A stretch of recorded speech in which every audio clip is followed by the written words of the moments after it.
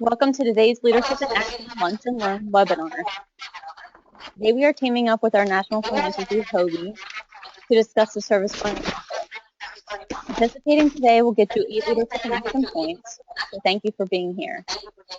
If you have any questions during this webinar, you can ask them in the GoToWebinar box on your screen. There will be a couple of polls in this webinar. During that time, you can pick one of the answers by clicking it on your screen. Vicki Ferentz-Ray, Senior Director of Programs for HOBY, is joining us today.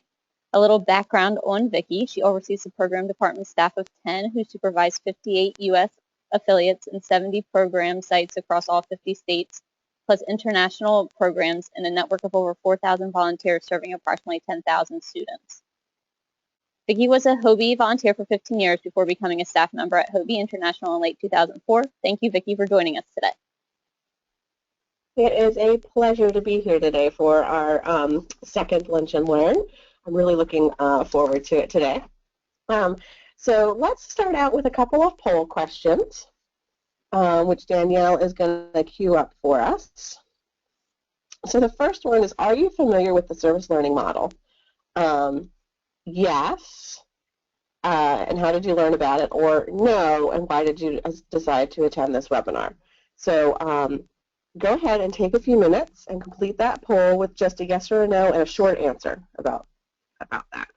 And you can go ahead and type your answer, do the poll and type your answer in. And we'll take just a couple minutes for everybody to do that so that Danielle can see the answers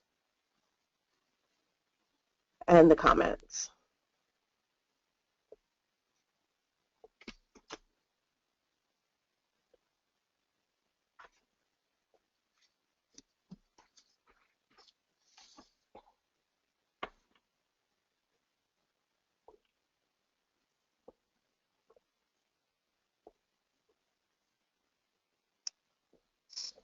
We have about 80% say no and 20% say yes. Okay, which is great. I'm glad we're on topic and that this is going to be beneficial for people.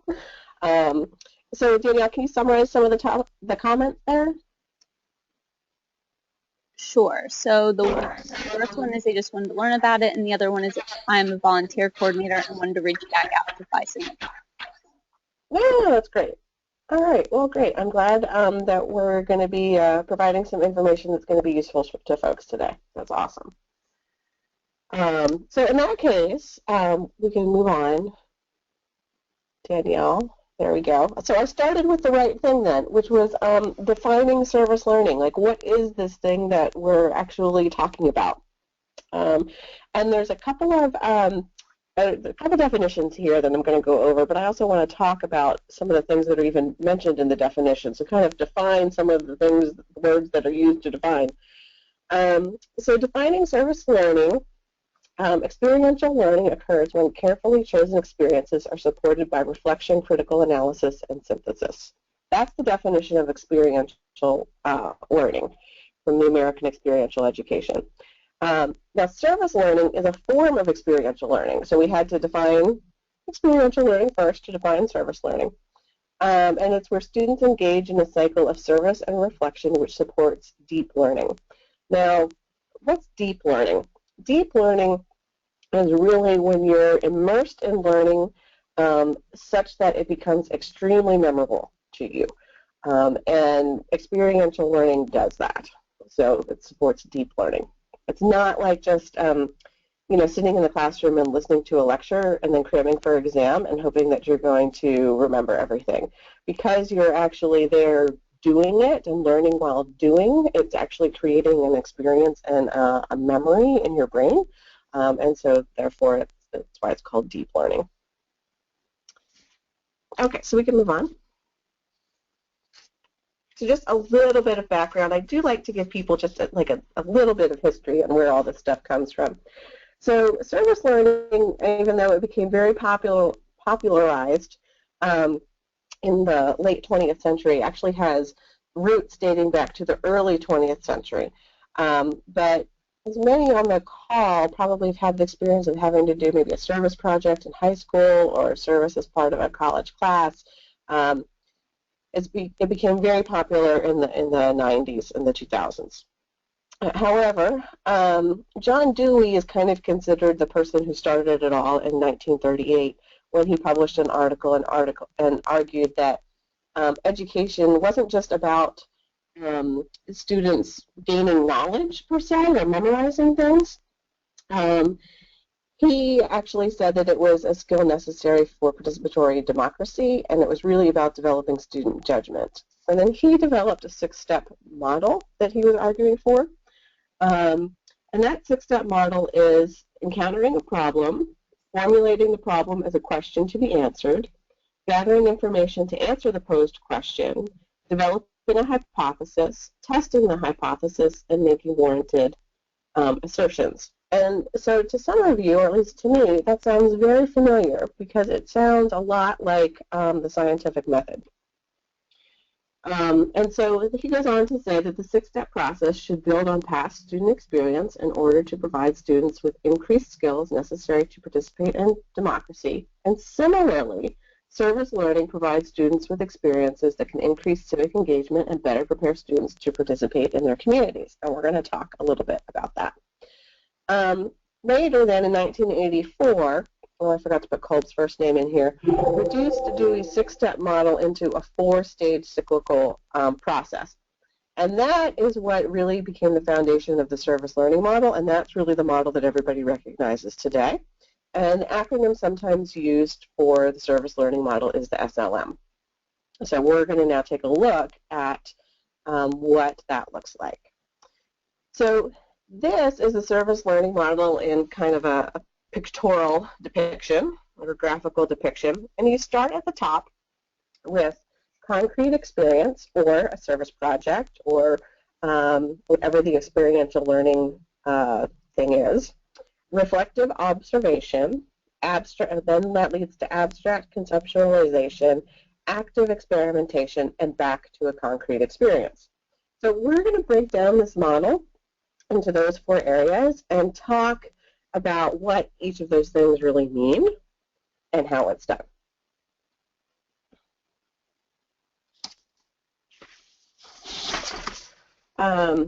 Let me see. So the 4 stages are all integral to the service learning experience because students participate in the service experience and then through reflection integrate abstract concepts learned in the classroom to better actively understand their experience. So go on to the next slide, Danielle, for me. So similar to the social change model, the service learning model is also built on some assumptions. And that is, and these are assumptions that a learner must be actively involved in the experience. So you just can't be like watching the experience. You actually have to be an active participant. You need to reflect on the experience, and that can be done personally or with a group. Use your analytical skills to conceptualize and better understand the experience, and then possess the skills necessary to use the experience as a springboard to test new ideas. So it does imply some level of skills that you already have. So in service learning, students are guided in both the reflection and application of content and skills to help them make the best of their service experience. Now that content can come from a classroom, or it can come from a seminar, or it can come from a book, whatever that content is. But the point is that you're now putting this into action in the service experience.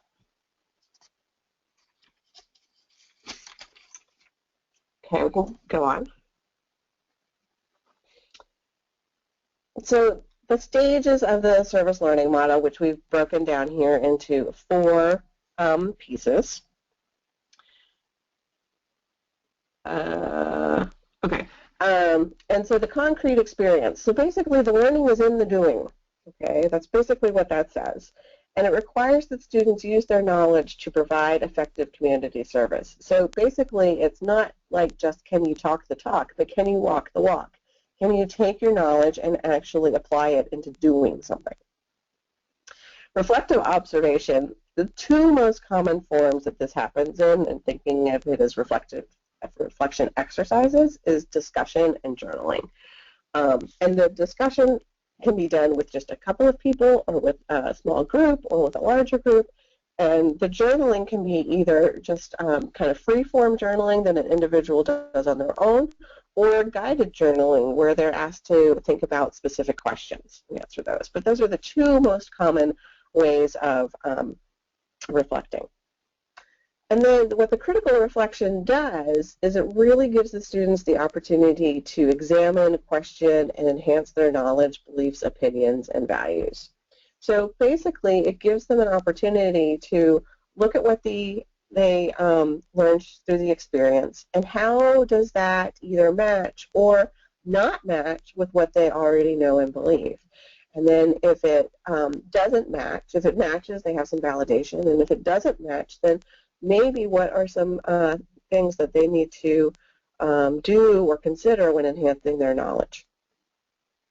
And then abstract conceptualization really is students connecting the concepts they learned and applying them to the real world. And so sometimes when you're reading things in a book or you're learning something in a classroom, there'll be a concept about something happening, but if you haven't actually experienced it, it's really hard to understand what they exactly mean. And so then once you experience it or you see it in action, then you can really apply it and understand what they're really talking about. And then active experimentation is how would you approach the next service learning experience or similar experience to maximize the impact of the service and your learning at the same time. So based on those first three steps and what you learned, what would you change maybe the next time around? And that can be either on the service project or in your individual learning or preparation. So basically, service learning requires that students use classroom knowledge to provide effective community service. And there's another scholar by the name of Howard in 1993 that notes that participants in service learning apply knowledge by applying and testing their academic learning. They synthesize knowledge by bringing together past and present learning to add coherence to their studies. They critically think and analyze by learning to distinguish what is and what is not important in the unfiltered context of the real world. They learn about cultural diversity by learning with, from, and about people different from themselves. They develop values through experience with community issues and problems. And they learn inductive reasoning by using specific experience as a starting point for hypothesizing and theorizing. So what does all of that really mean? Well, basically it means there's a lot of practical skills that you gain through service learning. And here they are. And you'll notice that these are skills that you probably often hear talked about. They're skills that aren't necessarily explicitly taught in a classroom, and yet they're very important skills that will benefit people throughout their entire life, no matter what their area of study or their career choice is. And as you see in the arrow, these skills are important because in a society they lead to an engaged citizenry or participating citizens in society. And I'm sure this list is not a surprise to you. I'm sure you've probably heard it somewhere along the way that these are all skills that students should develop.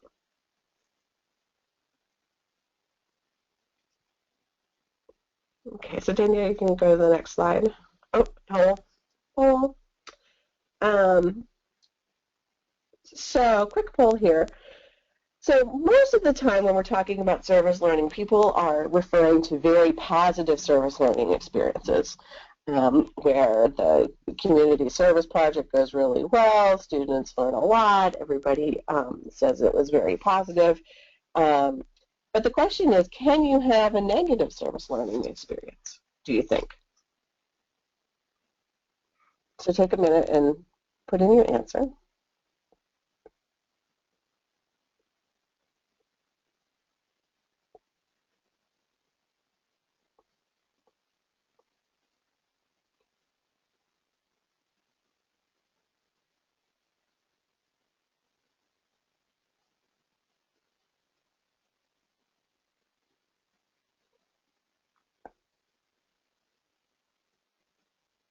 Yes, correct. You can have a negative service learning experience, which leads to the next question.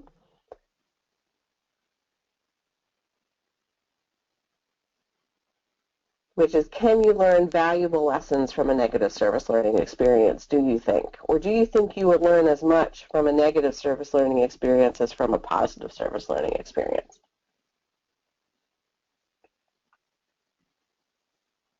So take a minute to put your answers in.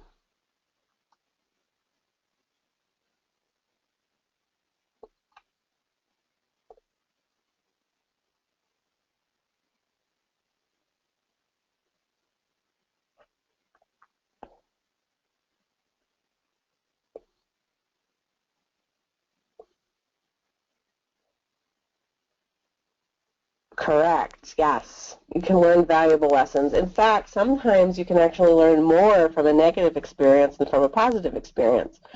So, you know, as with anything, failure is actually a great way to learn because there's oftentimes a lot to talk about in that failure and why things failed and what you would do differently the next time around. So it's important to remember that if you have a service learning project or a service learning experience that doesn't go so well, it's okay. You're still going to learn a whole lot from that, and that's the thing that's very important. So to learn more about service learning, I can guarantee that on every single one of your campuses, you've got a class that incorporates service learning, or you definitely have other service learning opportunities on your campus, maybe sponsored by your residence life organizations or clubs on campus. Um, so there's definitely something happening on your campus. You just have to look for it. Every college campus these days has service learning opportunities, and usually in many different forms. So I would encourage you to just look for that. Your advisor is also a good place to start if you're not sure where to start.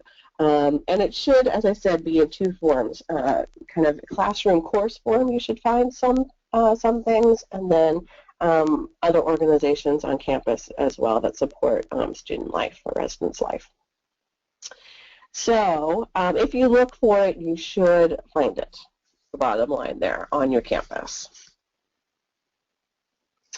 And then the last, well, one of the last slides here is just the references if you wanted to read any of the source materials. So the first three references here, Dewey, Kolb, and Howard, are the original source documents. They're very academic kind of journal article type things.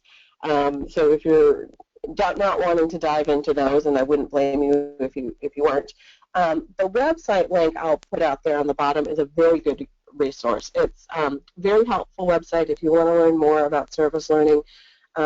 It's written in English and not, generally very academic language, and it lays it out just really, really, really well.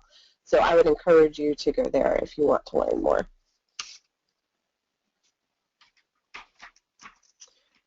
So with that, we'll open it up for Q&A. And what you can do is just type in your question, and Danielle will serve as our moderator here.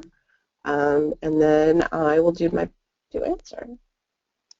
Great. So our first one is, how does HOBY implement the service learning into its programs?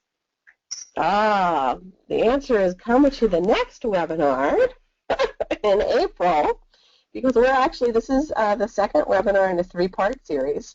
The first one was about the social change model of leadership. The second one is about the service learning model. And the third one is about how HOBY kind of incorporates those two models into and overlays them into what we call the HOBY curriculum. And so we're really going to be discussing that next time. So I would encourage you to come next time, and we'll be talking about how both of these models get incorporated into our program curriculums. Great. The next one is, what makes a community service project a service learning model project? Okay. So what's the difference, basically, between a community service project versus a service learning project? Danielle, can you click back to our graphic there?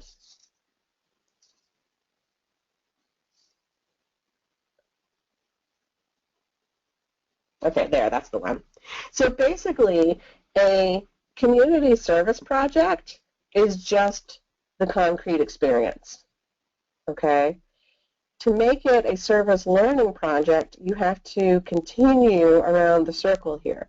So you do the project, but then you purposefully have reflective observation. We talked about the group discussion or journaling, and then purposefully think about how this applies to concepts or book learning, and then experimentation for how you would change things next time around. So basically, it's the difference between just doing the project and doing the project and then doing the follow-up learning pieces. That's what makes a service learning project a service learning project, as opposed to just a community service project doing good things. I hope that answers your question. Great. The next one is, can chapters host joint scholarship and service events on this model? If so, how can chapters get in touch with their local HOBY representative to join in on the event? Okay, so read that question to me again, because you broke up just a bit. I'm going to mute. Can chapters host joint scholarship and service events on this model? If so, how can chapters get in touch with their local HOBY representative to join in on the event? Okay, so I don't want to speak out of turn for Phi Sigma Pi, but I would think someone will correct me if I'm wrong here when I say yes, you can use this model for hosting chapter service projects or events. Absolutely. What I've presented here is really an introductory level, but it's enough that you could use it. As I said, it's the difference between just doing a project and then doing it with kind of the reflection and the educational pieces after. So yes, I would encourage you to do that. In terms of how you contact your local HOBY site, I don't have it in front of me, but so Danielle will help me. You go to the Phi Sigma Pi website, and you go to the National Philanthropy section, and there you will find a map of the United States. And on that map, you can locate the HOBY site that's closest to you with contact information. Danielle, correct me if I'm wrong on what the path I gave them for that. You're correct. It's phisigmapi.org/service. Okay, so phisigmapi.org/service, and you want to navigate your way through the map to find the closest HOBY site. And then you will be able to get contact information for the key leadership at that HOBY site, and you are definitely encouraged to reach out to them. The next question is, what are some examples of effective service learning projects? Some examples of effective service learning projects. Gosh, it can be anything. So let me be clear. It's not that a service learning project is any more complicated than, quote, a normal community service project. It's just that you're adding the extra educational pieces onto it. So let's take a standard food drive. Okay, which probably a lot of you have had a food drive experience or a food drive on your campus. And it's usually to benefit the local food pantry. So in kind of the general community service model, you would advertise that, everybody would donate their canned goods, you would take it to the food pantry and deliver it, and you'd all feel good about yourselves, and that would be the end of it. Which, don't get me wrong, that's very good, because that's a service to society. So it's very, very good. To turn that into a service learning project, that's just the concrete experience, right? So you would do that piece, but then maybe the members of your chapter would come back at the next meeting, and they would engage in a group discussion about the project. Or maybe a guided journaling about the project. but they would discuss things about, you know, why do we even have to do food drives? Why are people hungry in our local area? What need is it that this food pantry is fulfilling, and how did it come to be? You know, what are the root causes, or what's causing hunger, and start having a kind of a larger conversation about it. Then you might, when you're having that larger conversation, you might discover that, you know, maybe you learned in a class somewhere along the way about, you know, how government policies affect people, all right, or the unemployment rate, and how what that unemployment statistic that comes out every month means. And so now you have a way of understanding through an experience the reality of an unemployment rate, right? So if we have an unemployment rate of 4.9%, 4.9% of the population is unemployed, and if that person is the only working person in a family, now you've got a family who doesn't have income, and so now that translates into some real difficulties for them, and one of those being that they need to put food on their table. So you can take a statistical number and now have an actual real understanding of it, or that would be an example of an abstract concept of an unemployment rate and applying it to the real world of what that really means. And there are all sorts of concepts that you could talk about and apply. So then maybe the next time around, when you're doing your food drive, maybe instead of just doing the food drive, you would actually call the food pantry and ask them, you know, what are some other things that they might need, or how might your group be able to help them more, or is there a different project that they need? Now that you have a bigger understanding that maybe it's not just about the food, maybe there's something else that the population that they serve needs as well. So that's kind of the difference. I hope that was kind of a long example, and I hope it made sense. Perfect. The next question is any one step in the circle more important than any other? If you were only, they're all important in the cycle, for sure. Though oftentimes you'll hear the service learning model talked about as simply the concrete experience and the reflection observation, just those two. And you know what? If you did just those two is better than one, but not as good as four. So, you know, if you wanted to take it in kind of incremental steps, then I would just encourage you to, you know, do the project, but at least to do the reflective observation portion afterwards, which will probably honestly naturally lead to the abstract conceptualization, and then it's not a far leap to get to the rest. But sometimes you'll hear the service learning model just really focusing on the first two pieces. But I prefer all four because I think it's a more holistic approach. And the reflective observation is not the same thing as evaluating an activity, correct?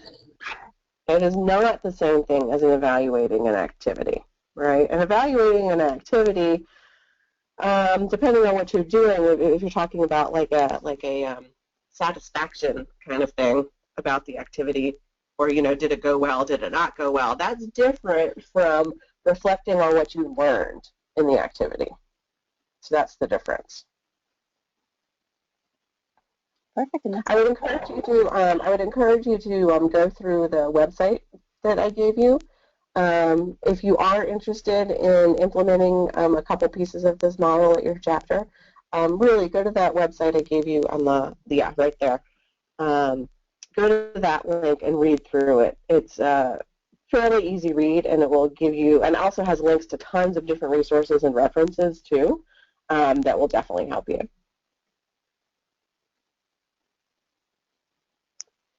Great. Well, thank you, Vicki, for discussing the service learning model with us today. Thank you guys for all the questions. Those were really great questions today. So as Vicki said, this was the second Leadership in Action Lunch and Learn webinar in the series of 3 that Vicki is joining us for. You can watch the first one on our YouTube page, youtube.com/phi sigma pi.